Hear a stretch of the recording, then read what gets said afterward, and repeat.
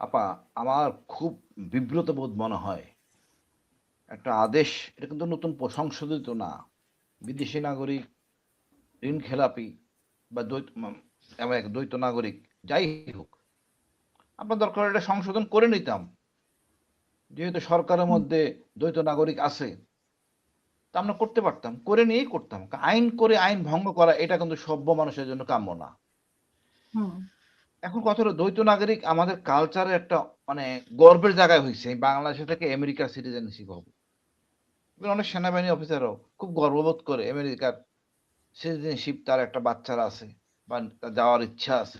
এটা আমি ওরা গর্ববোধ করে, আমি ঘৃণা করি ব্যক্তিগতভাবে।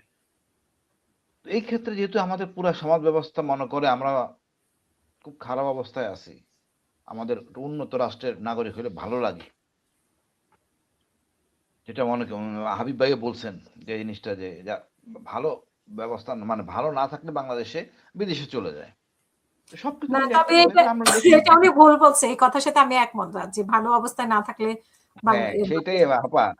আমার কথা হলো আর হাবিব ভাই কি অনেকে খারাপ অনেক আছেন? অনেক উদ্দেশ্যে আসে। না, না, না, হাবিব ভাই কি খারাপ আছেন? কি হইছে? হুম, আমরা কেন দেশটাকে সুন্দর করব না? এই চেষ্টাটা করতে হবে তো।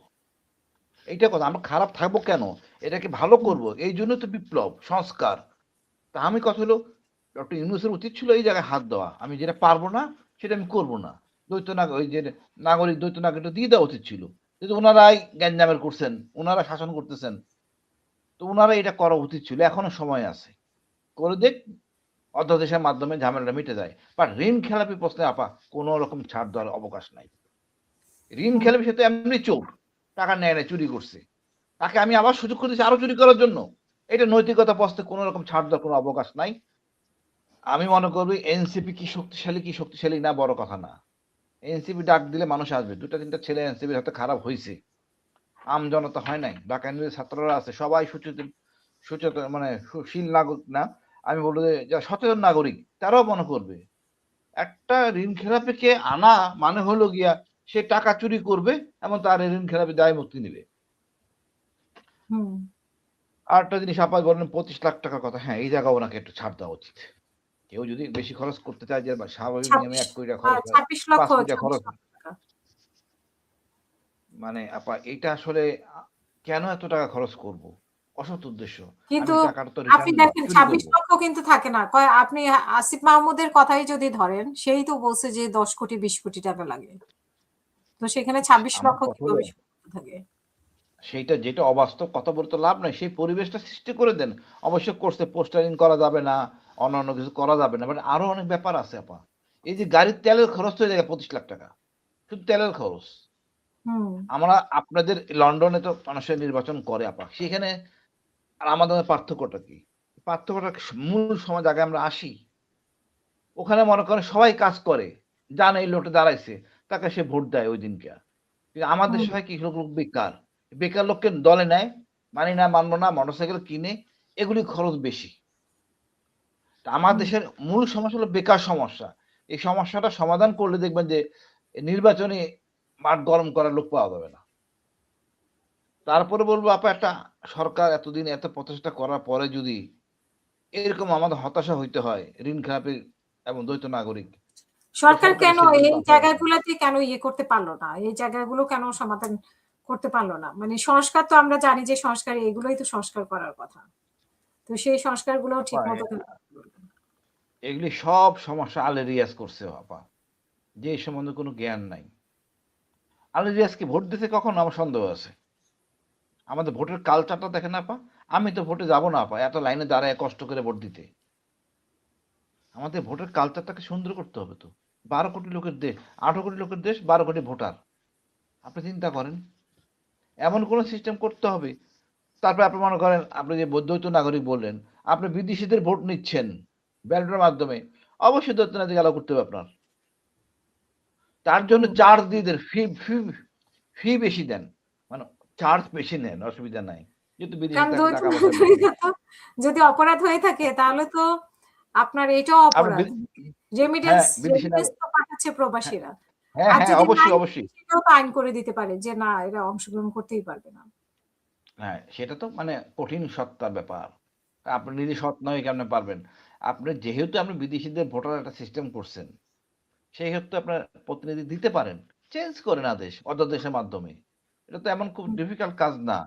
করে এটা করলে এটা ভালো হইতো, বিতর্কে পড়তো না। শুরুতেই সরকার বেতালে ঝামেলার মধ্যে ফেলাই দিছে। এখন যদি মনে করেন একটা ফয়সালা না আসে, আন্ডারস্ট্যান্ডিং না আসে, ছাত্ররা মাঠে নামে, এনসিপিরা মাঠে নামে, লোকজন মাঠে আবার ওই এর মধ্যে হাদির বিপ্লব পেন্ডিং আছে। হুম। হাদির আমরা ইস্যু নিয়ে জিনিসটা পেন্ডিং আছে নির্বাচনের স্বার্থে। তারপর খন্ড খন্ড তো হচ্ছি, এটা হবে। যতক্ষণ পর্যন্ত বিচারে ফয়সালা না মানে হবে। হাতির বিচার কি এখানে থাকবে, পেন্ডিং থাকবে ইয়ে পর্যন্ত, না, এটা তো নির্বাচন? আবার নতুন করে তদন্তের জন্য মানে সিআইডি কে দেওয়া হয়েছে। তো সেই হুম, তদন্ত কতটুকু যায়, কিভাবে যায়, আসলে নির্বাচনের জন্য অনেকটা সমস্যার সৃষ্টি হবে।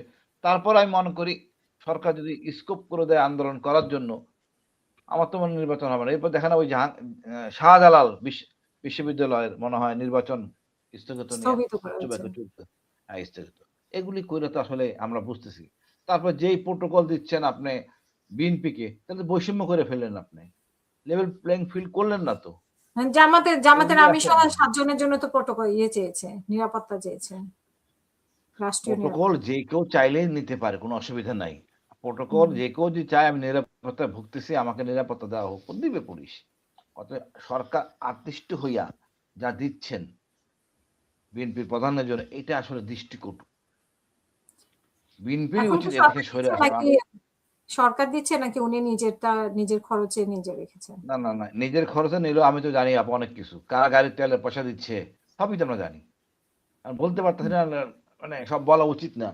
বিএনপিকে আমরা খুব ভালোবাসি, শহীদ জিয়ার দল, খালেদা জিয়ার দল, এই অনেক কিছু বলি না, তার মানে এই না আপনি এমন কিছু করে আমাদেরকে বেইজ্জতি করে ফেলবেন রাস্তাঘাটের মধ্যে, এটা ঠিক না। আমি তো সবসময় বলি খালেদা তারেক জিয়াকে কে মারবে, কারো তো ঘাড়ে দুই মাথা আছে, কেউ মারবে না।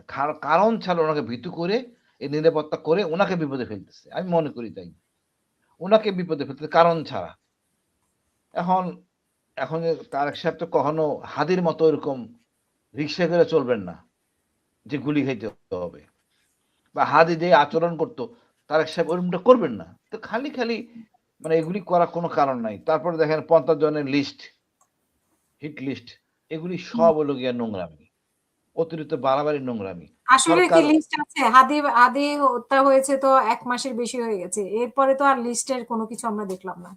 তো ওই না, লিস্টে কি ভুল সেটি লিস্ট তো ছিল? আপা, এর যদি এতই পারতো আপা, তাহলে বিডিআর এর মেসাকার হইতো না, কোনো অপকর্মই হইতো না।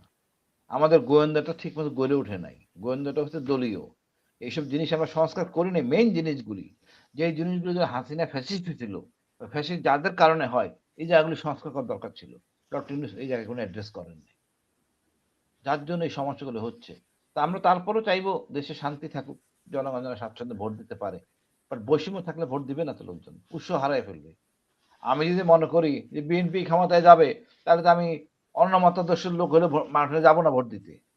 সুতরাং হুম, লেভেল প্লেইং ফিল্ড থাকবে। আমি লোকজনের ওনাদের যে মুখবন, যে যা ওনারা বলবেন যে আমরা এত এই দেশের জন্য করবো, সবগুলি শুনে অ্যানালাইসিস করে আমরা যাবো, যে নিরপেক্ষ লোক যারা, তারা এটা চিন্তা করবেন। এখন হুম, আমি মনে করি আপা এখানে উচিত সরকারের লেভেল ফিল্ডটা নিশ্চিত করা, নাহলে জনগণ কিন্তু হতাশা হবে। আপনি দেখবেন প্রতিদিন নতুন নতুন ইস্যু আসবে, জি। প্রতিদিন নতুন নতুন ইস্যু আসবে। এখন মাত্র আছে ২ মাস, ২০ দিন আছে। দেখি কি হয় আমরা নির্বাচনের।